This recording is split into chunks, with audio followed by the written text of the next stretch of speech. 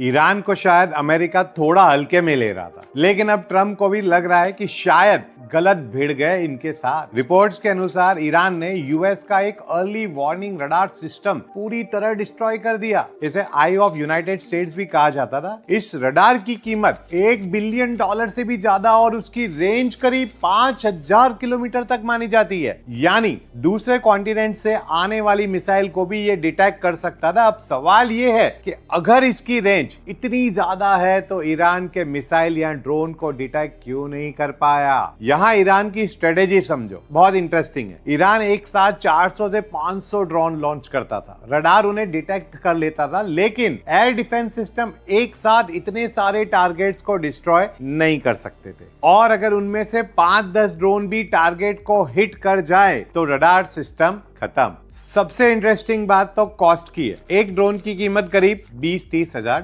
जबकि उसे गिराने वाली यूएस इंटरसेप्टर मिसाइल की कीमत $3 से $4 मिलियन।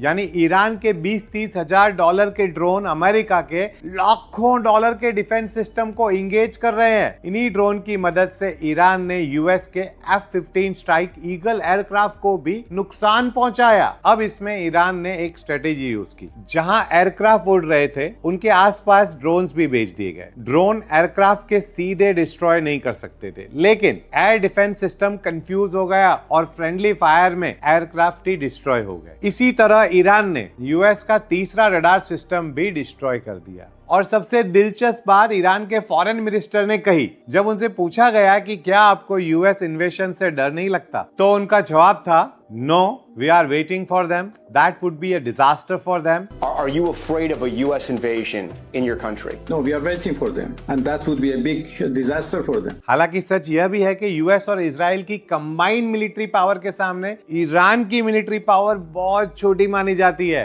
लेकिन आज भी जो सबसे दिलचस्प चीज दिख रही है वो ईरान का है एटीट्यूड। एक ईगल और एक छोटी सी चिड़िया, ताकत बराबर नहीं है, लेकिन चिड़िया न डर रही है और न हार मान रही है। आपको क्या लगता है ये कॉन्फ्लिक्ट आगे क्या रूप ले सकता है? कमेंट में जरूर बताएं।